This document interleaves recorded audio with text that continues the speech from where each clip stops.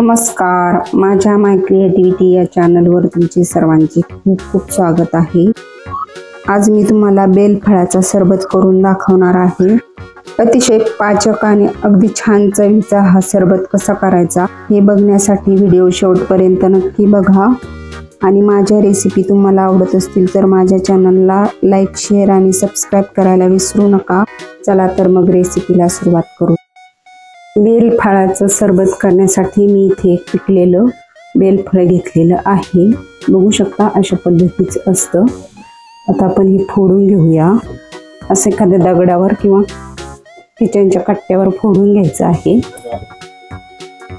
बेलफळ अगदी छान पिकलेलं आहे, त्याचा स्मेल छान येतो आहे। आता या बेलफळाचं गर आपण या चमच्याने खरडून असा बाउलमध्ये काढून घेऊया।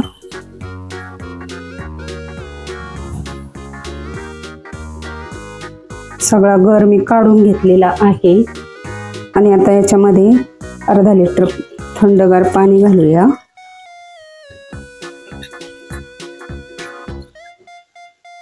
बघू शकता अंदाजे अर्धा लिटर मी पाणी घातलेलं आहे। आणि आता हा गर हाताने कुस करून घेऊया पाण्यामध्ये। हातानेच व्यवस्थित कुस करला जातो, त्यामुळे मी हातानेच कुस करून घेणार आहे। यामधल्या बिया कडवट लागतात, त्यामुळे आपल्याला हा गर मिक्सर मधून वगैरे काढता येत नाही। असाच हाताने मिक्स करून घ्यायचा आहे, व्यवस्थित कुस करून घ्यायचा आहे। बघू शकता असा चोथा निघत आहे आणि बघू शकता सरबताचा कलर सुद्धा छान आलेला आहे। आता आपण हे थोडा वेळ बाजूला ठेवूया। आता मी इथे एका पॅन मध्ये अर्धा चमचा जिरे रोस्ट करून घेणार आहे, भाजून घेणार आहे। अगदी हलकेसे भाजून घेणार आहे। जिरे आता भाजून झालेले आहेत, तर गॅस बंद करूया।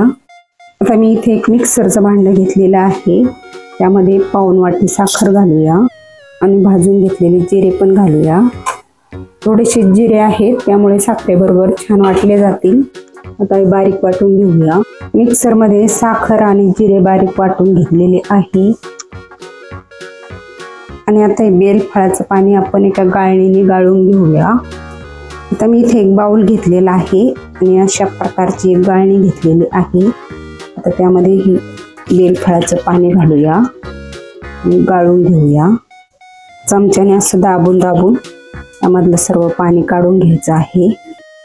बघू शकता असं चमच्याने दाबून यामधलं सगळं पाणी काढून घेतलेलं आहे। आता हा चोथा आपण टाकून देऊया आणि आता यामध्ये अर्धा छोटा चमचा काळं मीठ घालूया, अर्धा छोटा चमचा साधं मीठ घालूया आणि आता यामध्ये ही साखर आणि जिरे वाटून घेतलेली पावडर घालूया। साखर आणि जिरे पावडरचं प्रमाण तुम्ही तुमच्या आवडीनुसार कमी जास्त करू शकता। आता ही संपूर्ण साखर मी यामध्ये घालणार आहे आणि आता चमच्याने ही साखर सरबतामध्ये मिक्स करून घेऊया। पावडर करून घेतल्यामुळे ती लगेचच सरबतामध्ये मिक्स होते।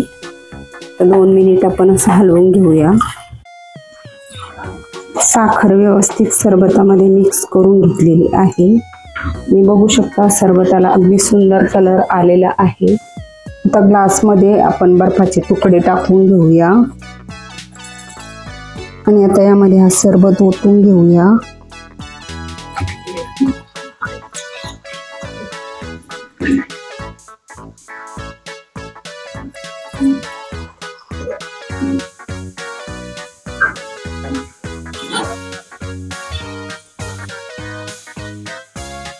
अगदी अप्रतिम चवीत बेलफळाचा सरबत तयार आहे।